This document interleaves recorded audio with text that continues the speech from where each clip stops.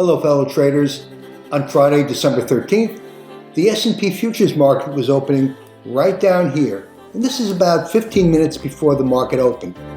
Opening down right now at 60.76. So let's see where the prices are going. Now, by the way, my Taylor trading calculator is drawn out on the chart with the resistance at 60.85 and support down here at 60.55. So a 30-point range for the day. So let's see how accurate the Taylor calculator was on Friday, December 13th.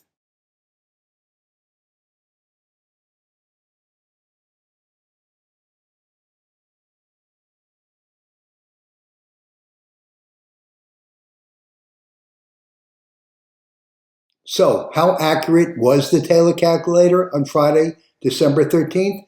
Good for a 30-point day and then some.